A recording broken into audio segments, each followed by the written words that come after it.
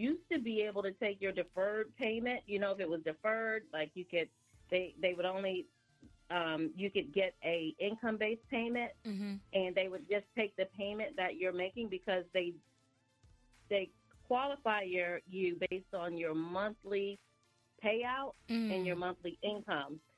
So whatever you're paying a month, well, for people now, though, the standard programs for, most of your buyers, which is FHA, requires you to take 1% of that. Wow. So 1% of your whole debt amount. They're not even going to look at, if you're only paying $29 a month, they're not looking at that anymore. Wow. And it has totally changed the game for millennials.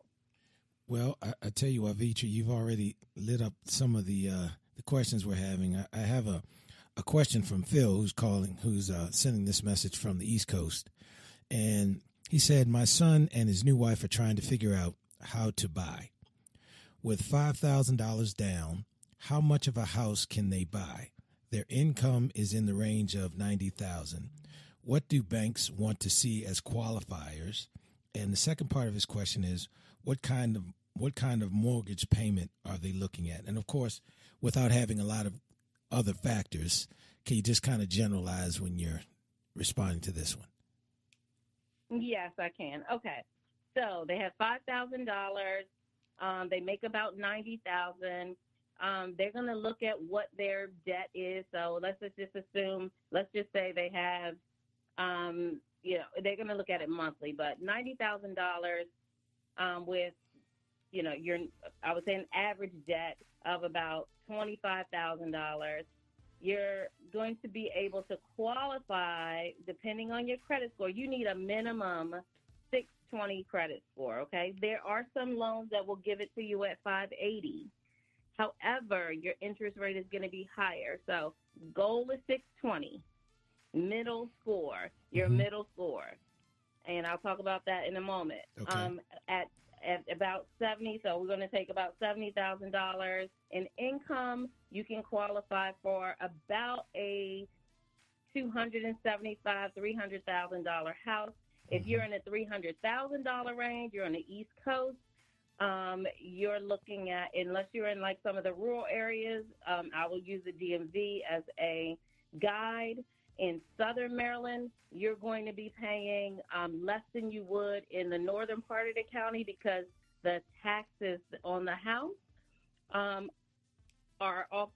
higher in the northern part of the county than it is in the southern part of the state. So you're going to be looking at, if you're at about $250,000 home, you're going to be looking at a $1,700 to $1,800 mortgage.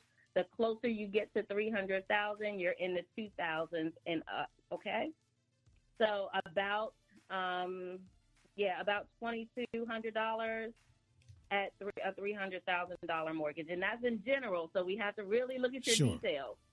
$5,000 down. We can work with that. We get you into some programs that you may qualify for. We can definitely work with that. I'm telling you, most of my last millennial I just closed last week got into her house. She wanted to move to Virginia, which the real estate is a little bit higher. And she got in with $500. With $500 down? $500. Yeah, she got so. Wow. And you have to put you have to put in some skin in the game. And that's usually 1% of the sales price, right? Which is earnest money deposit. Right. Everybody has to put that down. It goes to your deal. But the program that she got gave her enough money that she got $3,100 back, which meant that her skin in the game and her down payment for that house ended up being $500. And this was a real house, not something you inflate with air? This was a townhouse in Virginia, in Haymarket, Virginia, and it was it was the $300,000 house. Wow! And her mortgage is like $2,100. Wow! How has the with the fall of the market about 10 years ago when the housing market kind of crumbled and looked crazy around 2007, 2008. Has it gotten back to where it was? Because housing prices were not quite, people were upside down. People weren't, the houses weren't worth what they, they couldn't sell them because you couldn't sell them to somebody because they hadn't reached the value that they still owed, and you couldn't get a loan for a house that didn't appraise for what it was some years ago. Has that kind of evened out at this point, or are we still playing catch up? Do you find in your market? It's getting there. We're getting to a point where you don't have as many foreclosures. You don't have as many distressed homes. There still are some people struggling, and many of those have decided to hang in there and put a renter in the house, and let somebody else pay that mortgage and go and try to do something different. Here, you're on my street. How about that? Yes.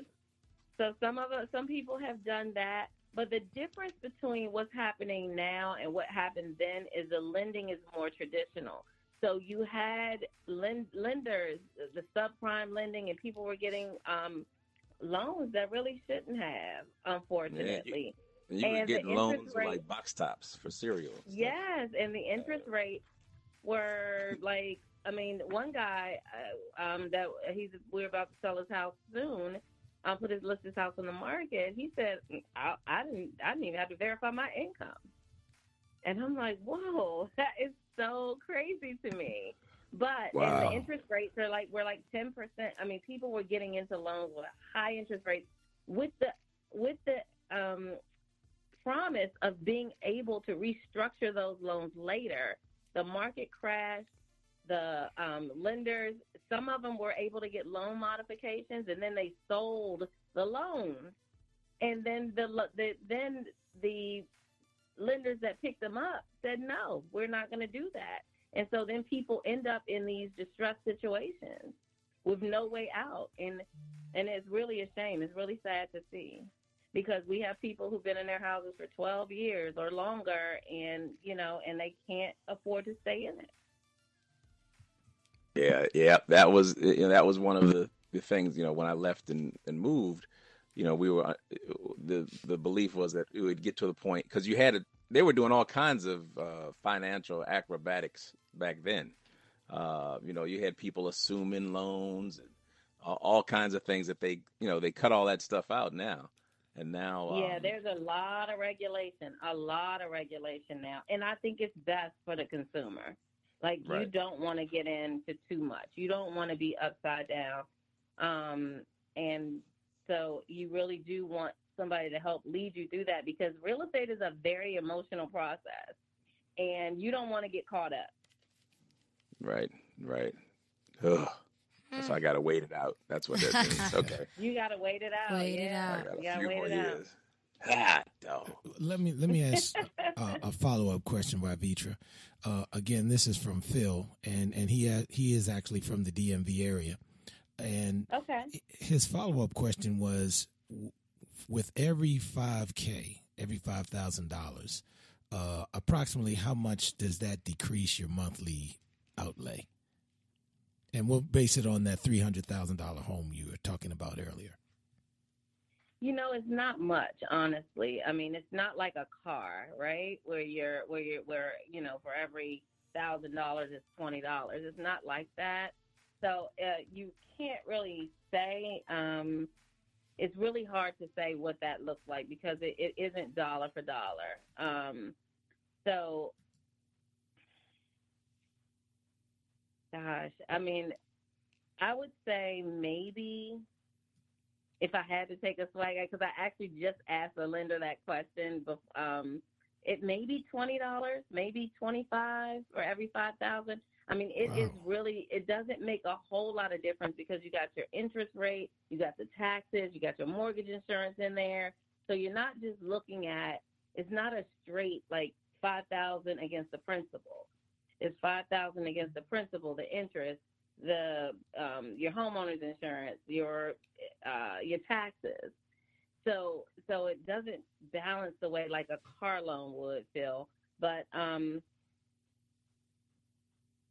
if we sit down and take a look at your profile in full, we can give you a little bit more of that. Like, what does it look like? How much, if I put this amount down? What I can tell you is, what I tell my my clients is, if I would prefer to keep as much cash in my pocket as possible for, decorating the house and things like that, than trying to put $5,000 towards something that's only going to bring it down $25. Sure. And Wavitra, before we go to the break, before Ambezi takes us to the break, give out your phone number so those folks that are listening can get a hold of you and possibly retain your services. Absolutely. So you can reach us at the home team of Exit Landmark Realty. The office number is 301-850-6700. And my personal cell phone number is 240-678-2640. I am happy to talk to you guys. This is my favorite topic. Awesome. And give it out one more time. All right. 301-850-6700 is the office number. Ask for the home team of Exit Landmark Realty, or 240-678-2640, and you can ask for me, Wavitra Jordan. All right. Well, that is awesome. This has been a great discussion so far. So when we get back, we're going to get more tips on what you should and should not do when purchasing a home. More to come. So keep it locked. We'll be right back. Real talk, straight, no chaser. We'll be right back.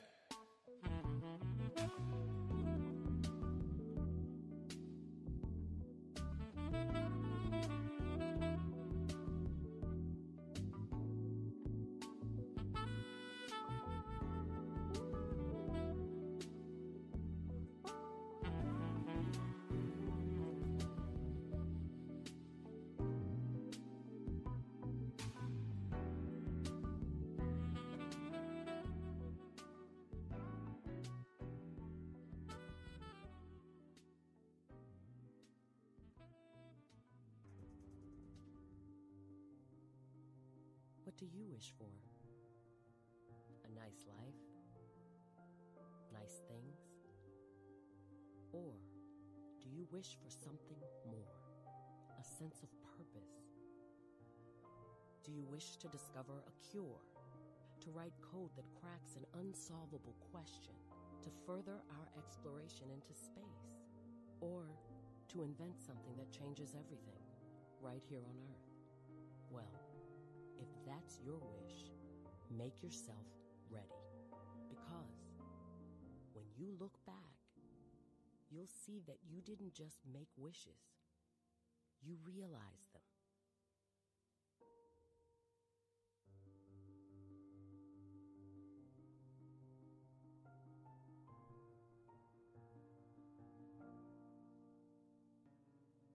The path to happiness is not the easy one. But taking drugs will not make it easier. Many people got lost and end up losing their life to drugs. If you or anyone that you know is within that path, don't be afraid to seek for help.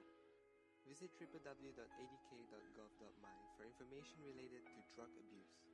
So, know your path. This message is brought to you by the National Anti-Drugs Agency.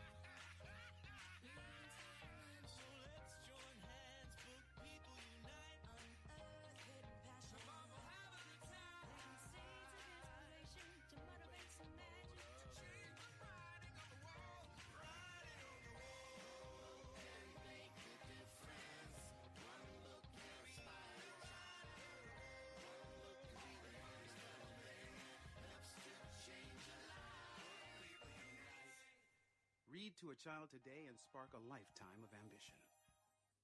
Where I wanted to quit, in the back of my mind, I told myself I have to quit. And just that day when I reached for that cigarette, I'll never forget it. with my son looking at me. And it was like a bolt of lightning